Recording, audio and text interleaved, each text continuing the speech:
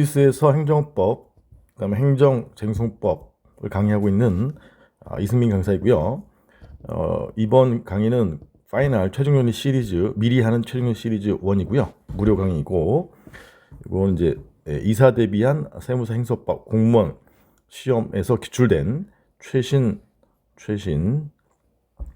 20년에서 22년 3년 판례에서 이제 기출된 것도 보고 세무사 쪽에서 이제 나올 지문, 제가 이제 22년 강의 경력이 있는데 그 중에 이제 공무원 시험에서 나왔던 지문들이 이 세무사 시험에 나오거나 아니면 세무사 시험에 나왔던 지문들이 공무원 시험에 나오거나 이렇게 서로 풀이 거의 비슷하기 때문에 이게 영향을 미쳐서 이런 특강을 마련했습니다. 그래서 제 사견으로는 여기 24년 이후에도 계속 한 12개 정도, 제가 설명하는 12개 정도가 나올 텐데 이 부분을 집중 정리하는 것이고요. 동영상 이제 유튜브 이승민 콕 행정법을 이제 입력하시면 무료로 제공되고, 자료는 네이버 카페에서 역시 이승민 콕 행정법 이렇게 치시면 돼요. 네이버 카페하고 유튜브에. 2번인 목차, 아래 목차는 이제 제 공무원 콕 행정법 교재 순서대로 한 것이고요. 3번에 다음 최종 무료 강의 시리즈 2는 이제 빈출지문 OX 3월 29일 정도의 완성 예정인데, 요거는 이제 기본과 그 다음에 심화로 나눠서 기본까지 하시면 한 70점 정도, 그 다음에 심화까지 하시면 90점 정도 충분히 맞을 수 있도록 자료를 준비하도록 하겠습니다. 자, 그럼 본격적으로 내용을 보시죠. 일단 소송 요건, 대원소 전기관, 대상적격, 원고적격 등과 관련해서 대상적격은 뭐 잘 나오는 파트이죠. 그래서 1차 거부하고 2차 거부했을 때 2차 거부의 처음성 인정 요건, 여기 이제 23세무에 떴었죠. 23세무. 그래서 일단 거부처분은 거절하는 의사표시를 대외적으로 명백히 표시했을 때 성립하고, 이런 지문도 나올 수가 있고요. 나왔던 지문은 다시 신청한 경우에 신청의 제목 여하에도 불구하고 제 신청 제목이 이 신청을 하더라도, 여기가 핵심이죠. 그 내용이 이제 새로운 신청을 하는 취지라면, 신청하는 취지라면, 뭐 증거자료를 첨부했다 이러면 동일 내용으로 다시 거부하는 것은 새로운 거부 처분으로 범위 원칙이다. 그래서 요거는 2, 3, 3에 떴었고요. 그 다음에 최근에 판례인데 안 나온 부분이 요 분홍색 부분이에요. 처분에 해당하는지가 불분명한 경우에는 2차 거부하면서 90일 내에 심판이나 소송할 수 있습니다. 이렇게 쟁송 제기를 안내했단 말이에요. 안내했을 경우에는 불법 광고 선택에 중대한 이해관계를 가지는 상대방이 뭐 갑이다. 그럼 갑은 이게 처분이니까 심판이나 소송 갈 수 있겠구나, 이렇게 인식했겠죠. 그래서 인식 가능성과 쟁송 갈 수 있겠구나, 예측 가능성을 중요하게 고려해서 규범적으로 판단해야 한다라는 것이 이제 판례 입장이에요. 만약에 행정청이 처분이 아니라고 주장한다면 이건 신뢰보호 원칙에 반한다, 즉 규범적으로 판단해야 된다. 인식 가능성, 예측 가능성을 중요하게 고려해서. 쟁송제기 안내 이런 지문이 나와야 되는데 판례 지문에서 그건 안 나올 것이니까 인식 가능성, 예측 가능성을 중요하게 고려해서 규범적으로 판단해야 된다. 이게 미기출 지문이에요. 이걸 잘 알아두시고요. 그 다음에 관할 구조죠. 구조 8조 구조. 그래서 관할과 관련해서는 관할 위반의 경우에 그래서 원고가 고의 중대한 과실 없이 행정소송으로 제기할 사건을, 이게 이제 전북대학병원 진료비 지급 거부가 있었는데, 이게 거부가 처분인데, 이제 그래서 거부가 처분이면 거부 처분 취소송으로 이제 제기했어야 되는 사안인데, 얘를 민사소송으로 잘못 제기한 경우, 그래서 전주 민사지방법원 본원 합의부에 민사소송을 잘못 제기했어요. 그러면 이 경우에 수소법원인 전주 민사법원으로서는 만약 그 행정소송에 대한 관할도 동시에 가지고 있죠. 그래서 토지관할과 관련해서 구조 1항이 이제 피고가 원칙이죠. 피고 소재지의 관할 행정법원. 관할 행정법원은 서울밖에, 1심 관할은 서울밖에 없기 때문에 지방의 경우에는 민사 지방법원 본원 합의부가 대신하니까 전주 민사 지방법원 합의부가 관할권을 가지고 있단 말이에요. 전주 법원의 경우에는 그럴 경우에는 소변경해서 이를 행정소송으로 심리 판단해야 하고, 그래서 관할을 가지고 있다면 이제 취소송을 민사소송으로 소변경하는 대표적인 판례죠. 동그라미 2번에 만약 이게 이제 서울에서 일어난 사건이다. 그래서 서울대 병원에서 진료를 했는데 진료비가 나와서 진료비 지급 청구를 했는데 민사소송을 잘못 제기했다. 거부에 대해서. 그러면 그 행정소송에 관한 관할을 가지고 있지 않다면 서울민사법원에서는 가지고 있지 않으니까 그럴 경우에는 피고 소재지인 서울행정법원에 이송해야 되겠죠. 이송.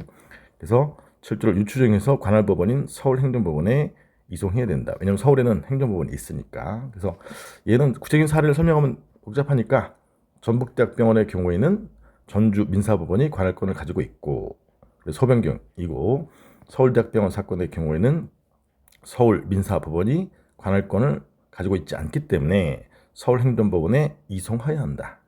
그래서 이게 핵심이고요. 그 다음에 다만 해당 소송이 이미 행정소송으로서의 소송요건, 필요적 전심, 필요적 전치, 제소기한 도가 또는 처분 등이 존재하지도 않는 상태.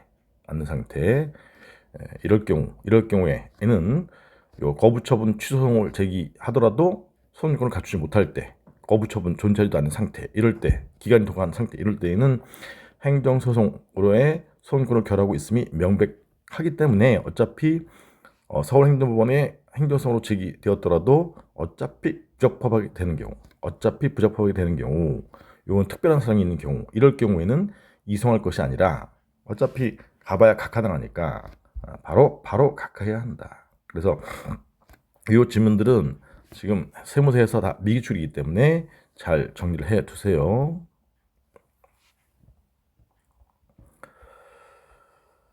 그 다음에 원고적격 12조 1문의 원고적격은 제3자효 행정위와 관련해서 문제가 된 것이죠. 그래서 제3자가 제기하는 소송의 경우에 이제 원고적격 사익보호 중에 있는지가 문제가 되는 것인데, 여기 이제 부산지방법무사회가 피고적격을 충족한다는 것은 이 세무에서 뜬 것이고요. 왜냐하면 원래 이 법무사 사무는 국가 즉 법무부에서 처리해야 되는 것인데, 이 사무를 대법원에서 처리해야 되는 것인데, 요거를 이제 공공단체 지방법무사회에 이제 위탁했으니까 2조 2항에 따라서 공공단체니까 피고적격 충족이고요. 지방법무사회가 갑이라는 사람에 대해서 채용 승인 거부 처분 또는 이제 실제 사안은 을을 채용했는데 그 채용 승인을 취소한 것이에요. 채용 승인 취소 처분의 상대방은 갑이죠. 갑도 소송을 제기할 수 있지만 그 두 번째 줄에 그 처분 상대방 법무사 갑뿐만 아니라 그 때문에 이제 사무원이 될 수 없게 된 사람 을이죠. 을. 그래서 채용 승인은 상대방은 갑인데 제3자인 사무원이 될 수 없게 된 을이 지방법무사회를 상대로 취소송을 제기했을 때 채용 승인 취소에 대해서 을도 사익보호증이 있어서 원고적격을 가진다. 원고적격 인정된다. 단순히 생각해도 을이 사무원이 될 수 없으니까 직업의 자유 등을 침해하잖아요. 이건 자주 나오는 판례예요. 대원소에서 반가로 5번의 협의의 소익이 문제되는 경우가 기, 원, 목, 실단, 변국 이런 것들이 있는데, 기가 이제 2월 1일 날 정지 6월 처분을 받았는데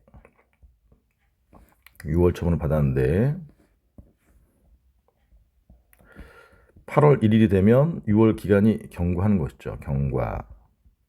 경과하면 이제 업무가 가능하기 때문에 일본의 원칙은 처분의 집행 등이 정지된 바 없다면, 정지된 사안은 이제 나왔었고요.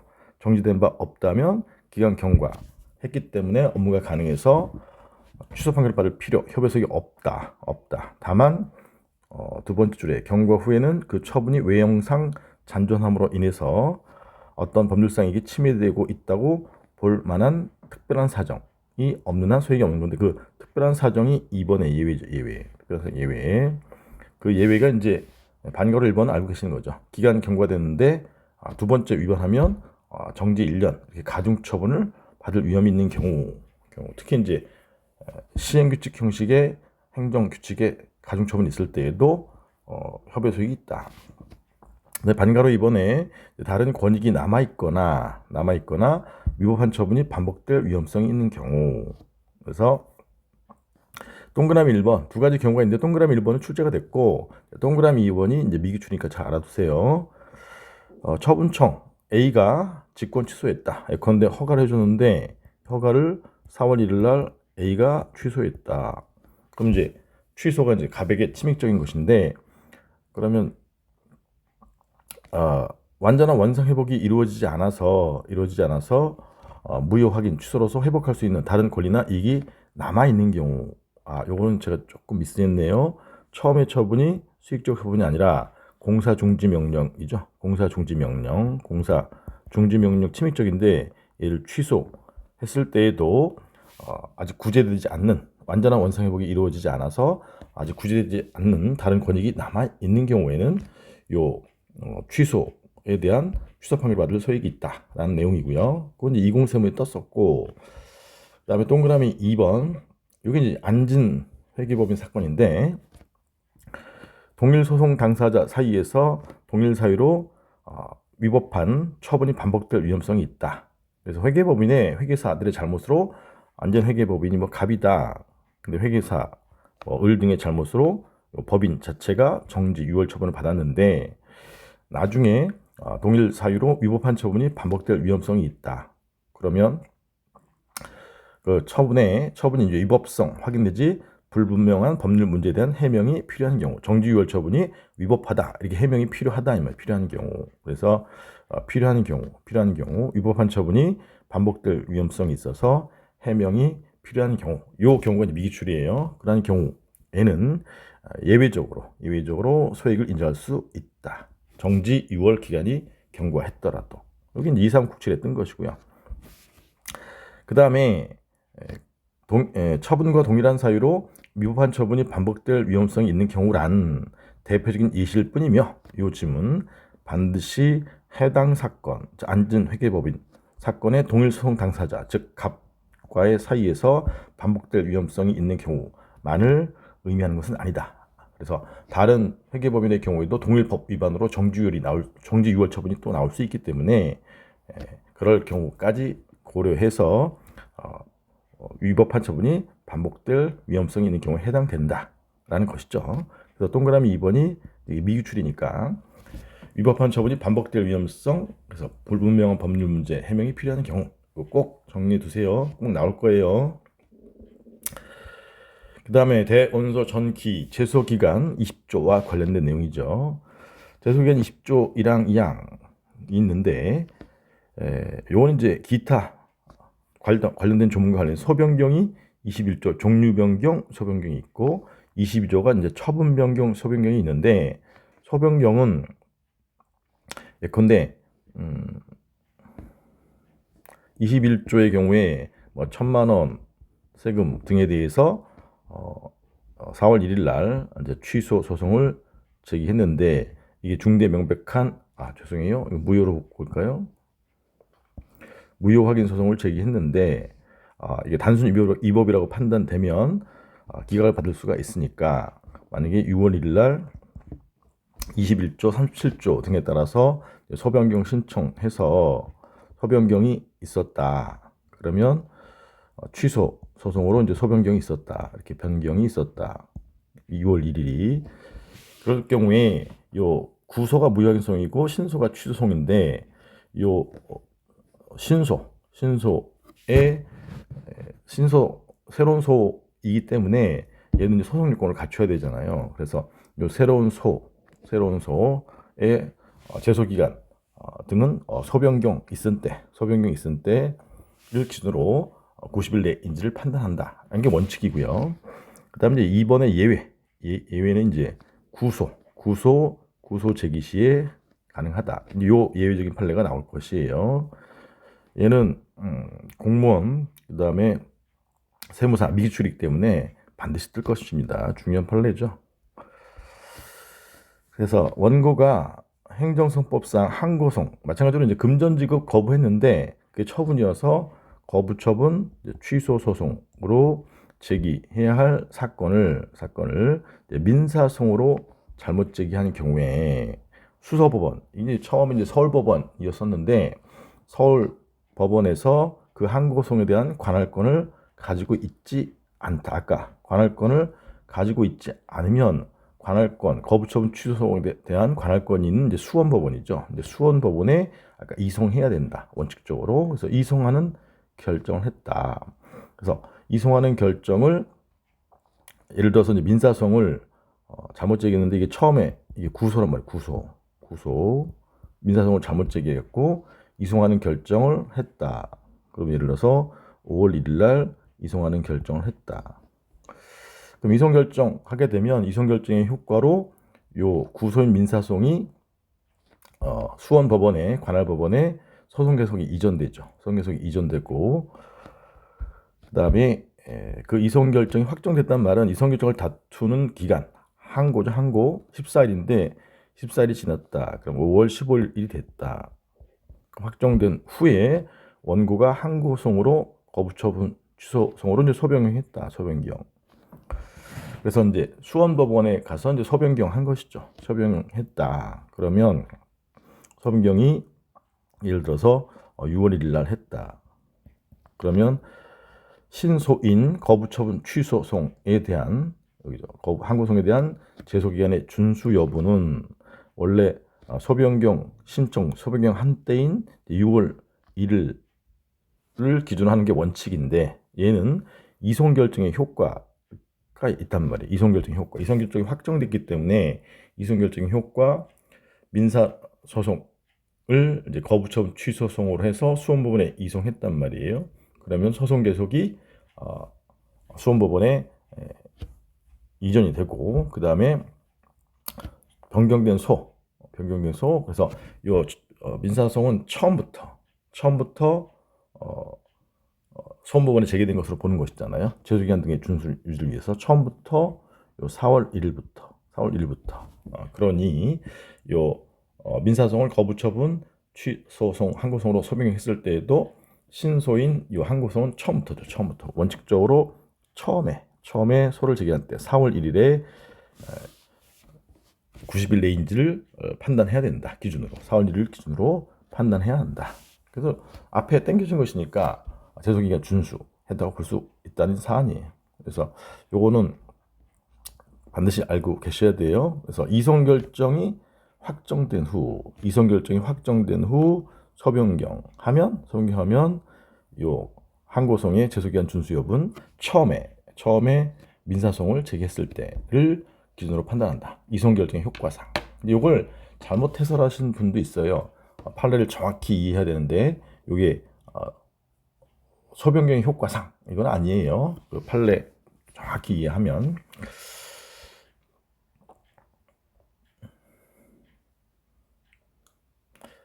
네, 일단 여기까지 하고요. 그 다음에 나머지 사항들은 파트 2로 바로 올려드리도록 하겠습니다. 다음에 뵙겠습니다. 안녕.